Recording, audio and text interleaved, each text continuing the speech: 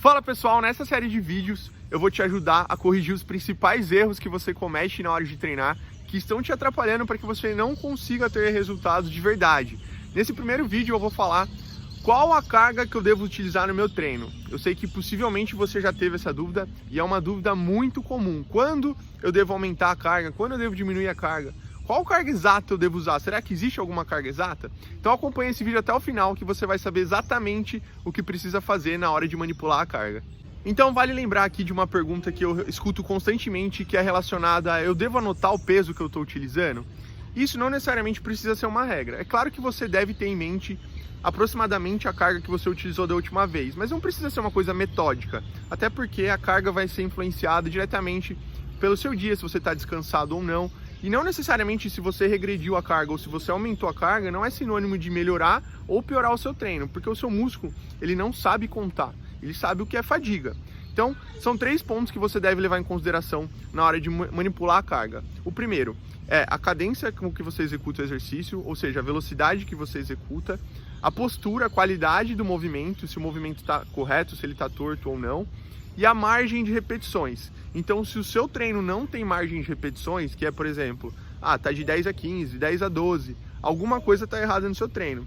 Porque não adianta você colocar lá 3 séries de 10. Aí você chega no 10, você não tem um parâmetro de regressão ou progressão na hora de manipular a carga. Então eu vou exemplificar um pouquinho mais. Vamos supor que no seu treino tem lá de 10 a 15 repetições. Isso é uma margem onde você vai usar de referência. Toda vez que você alcançar o número de repetições máxima, tendo em vista que a amplitude do movimento está legal e a postura do movimento está legal, então sinônimo que você pode aumentar a carga.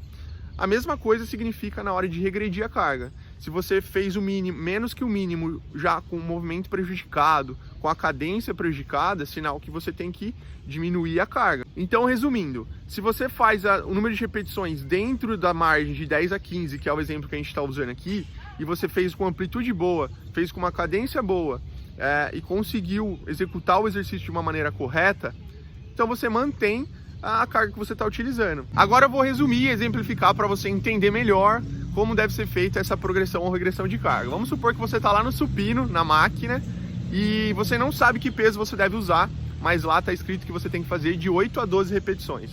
Eu sugiro que você coloque uma carga simbólica, coloque lá 20 quilos e faça uma série antes de começar o exercício, só para você entender como deve ser essa manipulação. Aí você fez 12 repetições muito fácil, com movimento muito bom, e aquilo ficou dentro da sua zona de conforto. Então, sinal que você tem que aumentar a carga. Então, na próxima vez, você já usa de parâmetro esses 20 quilos e já coloca uma carga a mais. Se você viu que 20 ficou muito fácil, coloca 30, 40 e assim você vai testando. Então, assim, você não precisa anotar, mas é importante que você tenha essa referência na próxima vez que você for executar, para não ter que ficar fazendo esse teste toda vez que você for treinar. Então, toda vez que surgir essa dúvida, qual carga eu devo utilizar, quando eu devo aumentar ou diminuir o peso no meu treino, use esse teste como parâmetro de evolução. E fica ligado aí que eu vou colocar mais vídeos aqui, te ajudando a corrigir os principais erros que você comete na hora de treinar e que estão te atrapalhando na hora de ter resultados de verdade e mudar o seu corpo.